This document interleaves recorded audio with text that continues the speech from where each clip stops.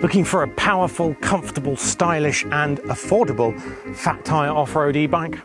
The Bezior xf200 ticks all the required boxes and it is ridiculously good fun. At under £1,500, dollars, euros from GOGOBEST.com, it's also excellent value for money and it's my new favourite toy. Join me, James Bruce, in today's MUO review as I take the Bezior xf200 for a spin. All right, quick disclaimer, this is a sponsored review. However, the opinions are entirely my own and anyone familiar with my reviews will know that I am nothing if not completely honest. If I was not happy with my name being attached to this review, I would not have agreed to publish it. Also, while we're being completely honest, I should tell you I'm not a cyclist, so I don't come at e-bike reviews from the perspective of a mammal or middle-aged man in lycra. I am not normally the sort of person who would go cycling for fun at all. So in order to tempt me onto a bicycle, it really has to be something special. But since getting this, I do seem to be justifying an awful lot of work trips to get out and thoroughly test this on various off-road trails that I never knew existed before. Turns out there's a whole world of them out there. So upon arrival, there is a little bit of construction required for the xf200, but nothing complex.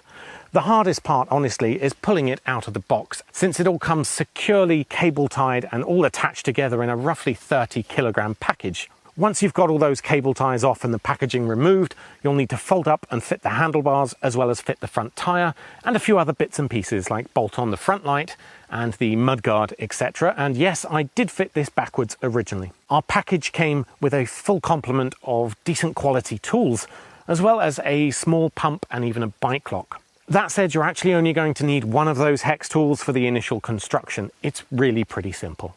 In terms of style then, the xf200 comes in plain black or with red, yellow or blue highlights. And as you can see, we opted for the yellow, which has this awesome sort of bumblebee transformer aesthetic to it.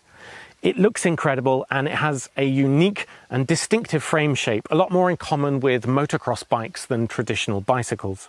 As for other extras, if you want to get a pannier rack, you can purchase one direct from them for $80 when you buy the bike, which will match exactly. You can also buy a replacement battery for around $420. So that's about a third of the cost of the bike, which seems pretty reasonable. Okay, let's talk specs next. Power is provided by a generous 15 amp hour 48 volt battery. It is technically removable, though you will need to fold the main body of the bike in order to get at it. It's under here. It's not awkward or anything, it's just not as easy as parking up and then whipping the battery out to charge indoors. The lock to turn it on and remove the battery is also found on the underside of the frame down there.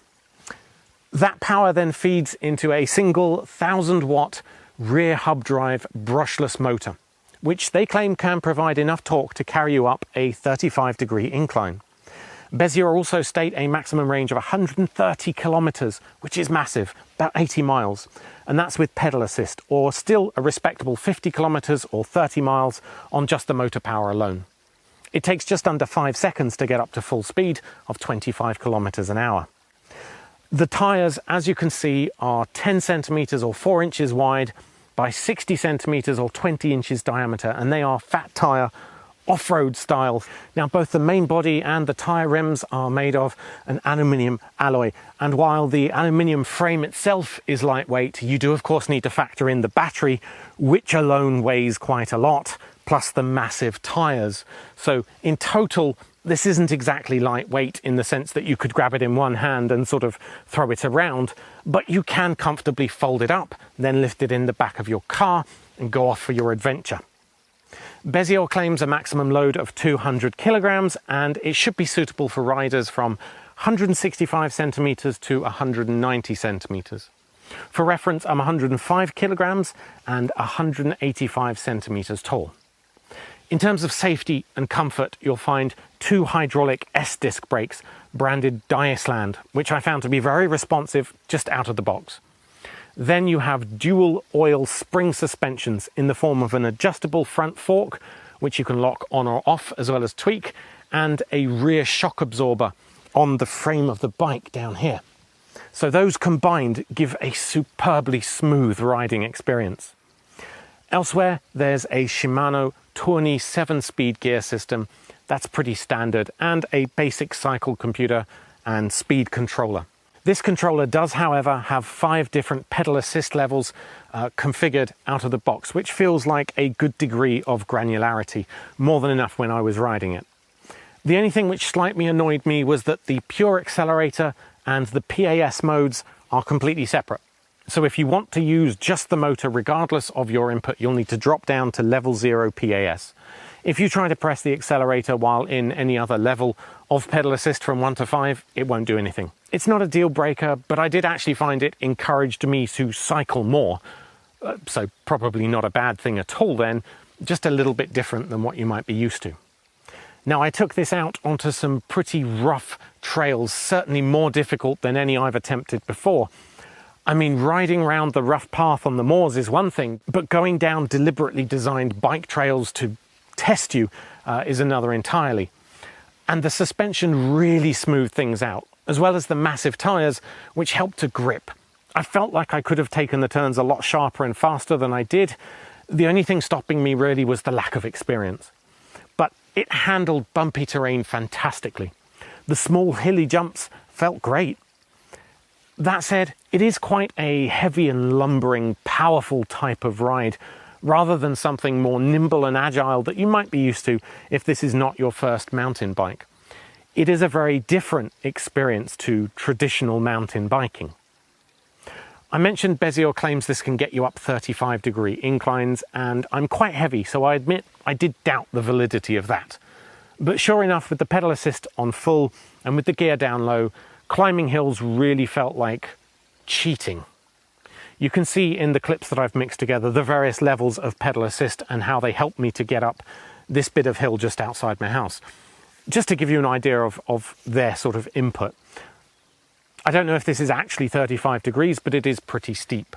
In the real world testing, I've not ridden on these sort of trials bike courses before, and my first time round this moderate difficulty rated track, which was estimated 15 to 30 minutes, depending on the rider's skill level, I managed to do in 11 minutes. And that's not me boasting about my skills, because I literally don't have any.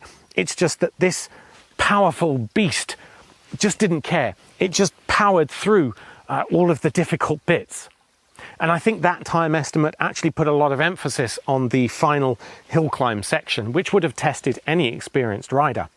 This just didn't care. So you know what? You can have all of the fun bits of those tracks without the boring bits. So if you're wondering, these trails I did are down at Lanhydrock, a little while away from Callington in southwest England, in the beautiful county of Cornwall. It is a National Trust property, but the trails themselves are free to use. Moreover, the battery life on this thing is insane. I'm quite used to burning through battery power on other scooters and e-bikes that I've tried. They can sometimes lose about half of the battery by the time I've just done a little test. And it's kind of disappointing. It's definitely a bit range anxiety inducing. With the xf200, I went out for the day, knackered myself on these off-road trails, used up a mix of pure electric up to level 5 maximum of pedal assist, and at the end of it all, I'd used a maximum of 1 bar of battery out of 6. Now, I don't think that's because they've fiddled the levels. It's just that 15 amp hours at 48 volts is massive. And maybe it's also the larger motor that can be more efficient and make better use of that power needed to get me up those hills. I'm not an electrical engineer though, so I don't know if that's the case, but it feels like a generational shift. Officially, Bezior states 130 kilometers, and though I don't think I'd quite achieve that at my weight and power usage, it's not far off.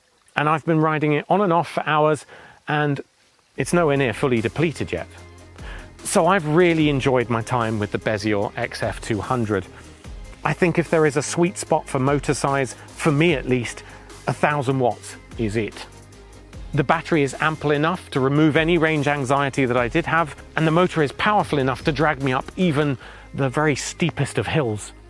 It is a very secure, safe and comfortable ride thanks to the suspension, shock absorbers and reliable braking.